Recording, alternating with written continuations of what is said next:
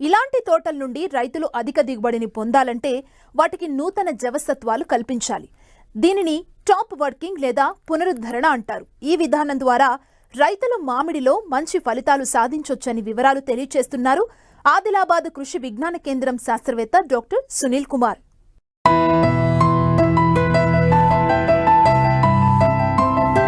మామిడి చెట్లు ఆరోగ్యవంతమైన పెరుగుదలకు ప్రస్తుతం చేపట్టే యాజమాన్యం కీలకంగా మారుతుంది. తొలకరి వర్షాలకు వచ్చే కొత్త చిగుర్లు, కొమ్మలపైనే మరుసటి సంవత్సరం దిగుబడి ఆధారపడి ఉంటుంది.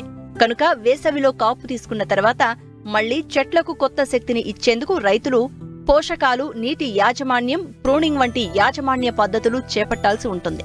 దిగుబడి తీసుకున్న రైతులు కొన్ని చోట్ల ఇంకా కొమ్మ కత్తిరింపులు చేయలేదు.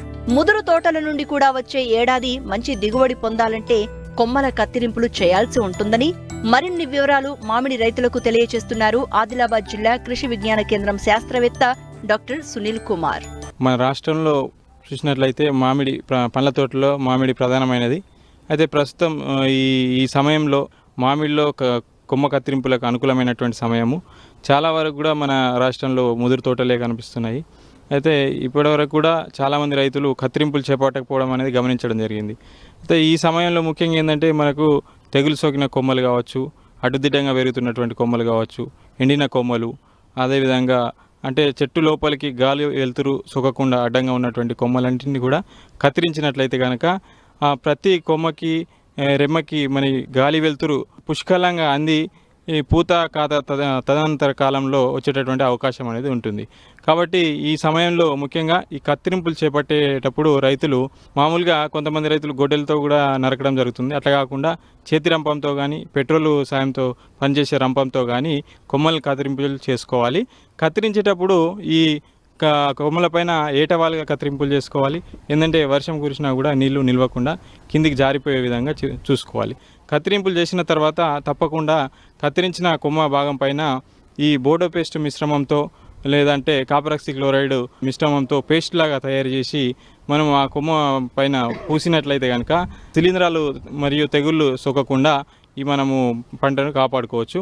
అదేవిధంగా ఈ కొమ్మ కత్తిరింపులు చేసిన తర్వాత ఎరువులను కూడా అందించాల్సినటువంటి అవసరం ఉంటుంది.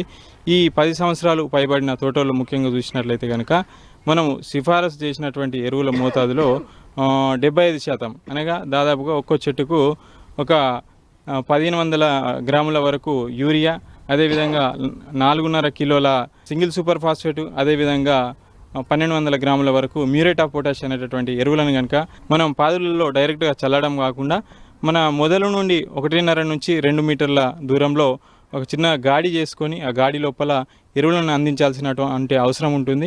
అదేవిధంగా ఈ సమయంలో కేవలం రసాయన ఎరువులే కాకుండా ఈ సేంద్రియ ఎరువులైనటువంటి మనకు పశువుల ఎరువు వేసుకోవాలి, లేదా వర్మీ కంపోస్టు.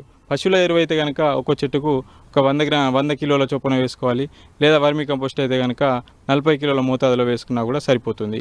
ఈ విధంగా ఎరువులు వేసిన తర్వాత మట్టిని కప్పేసి నీటి తడి ఇచ్చినట్లయితే కనుక పిల్ల వేర్ల ద్వారా పోషకాలని పుష్కలంగా చెట్లకు అంది ఈ మొక్కలలో మంచి ఎదుగుదల అనేది కనబడడం జరుగుతూ ఉంటుంది.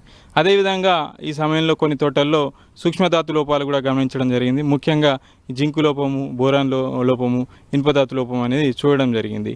ఈ సమయంలో కనుక చూసినట్లయితే కనుక ఈ యొక్క సూక్ష్మధాతు లోపాలని సవరించడానికి పాదులలోనే మనము ప్రతి చెట్టుకు కూడా బోరాక్స్ తీసుకుంటే కనుక ప్రతి చెట్టుకు 75 గ్రాముల చొప్పున, అదేవిధంగా జింక్ సల్ఫేట్ అయితే కనుక 150 గ్రాముల చొప్పున, అదేవిధంగా ఫెర్రస్ సల్ఫేట్ అయితే కనుక 150 గ్రాముల చొప్పున పాదుల్లోనే వేసి మనం నీటి తడులు ఇచ్చినట్లయితే కనుక మనం ఈ సూక్ష్మధాతు లోపాలను కూడా సవరించి మంచి దిగుబడులు పొందేటటువంటి అవకాశం ఉంటుంది.